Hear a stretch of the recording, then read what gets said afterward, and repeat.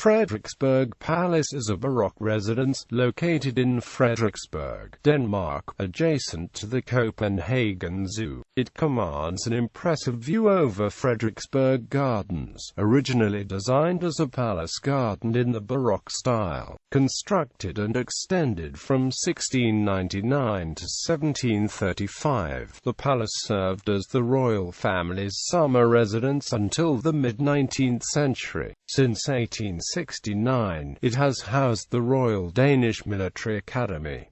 Style and history. As Crown Prince, Frederick IV had broadened his education by traveling in Europe. He was particularly impressed by the architecture in Italy and, on his return to Denmark, asked his father, Christian V, for permission to build a summer palace on Solbjerg, as the hill in Valby was then known. The original building, probably designed by Ernst Brandenburger, was completed in 1703 for Frederick IV as a small, one-story summer residence. The first major extension, when it was converted into a three-story H-shaped building, was completed in 1709 by Johann Conrad Ernst, giving the palace an Italian Baroque appearance. It was Lawrence de Thurah who executed the third and final extension from 1733 to 1738, when the palace received extensions to the lateral wings, encircling the courtyard. Frederick IV spent many happy years at the palace. In 1716, he received the Russian Tsar Peter the Great at Frederiksberg Palace, and in 1721, shortly after the death of his first wife, Queen Louise,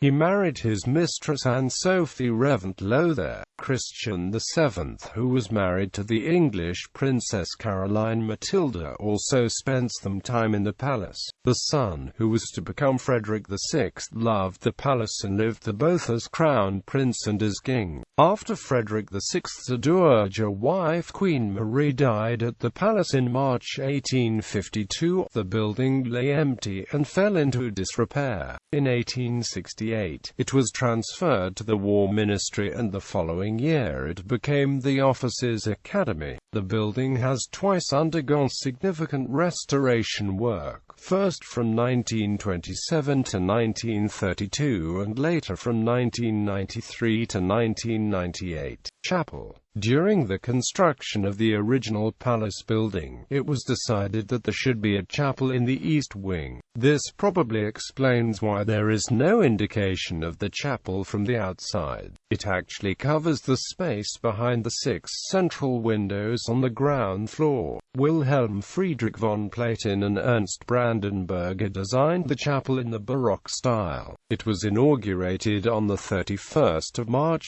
1710. When the palace was taken over by the Officers' Academy, the chapel's furnishings, including the impressive pulpit, were transferred elsewhere. However, they were returned in the 1930s and can still be seen there today. The palace and the chapel can be visited. They contain imposing stucco work, ceiling paintings, an elegant marble bathroom with a secret access staircase, and the Princess's Pancake Kitchen.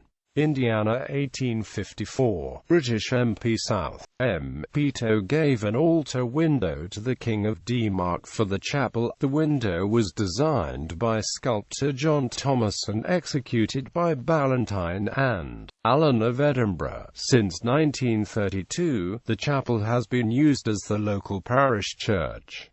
The palace overlooks Frederiksberg Gardens, which dates back to the first palace in 1703.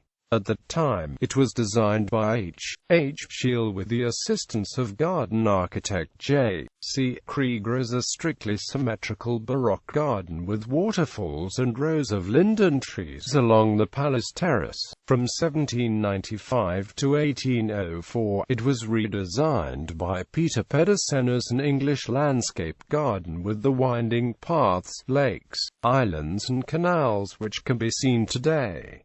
It was during this period that the Chinese summer house and the Apis temple were added.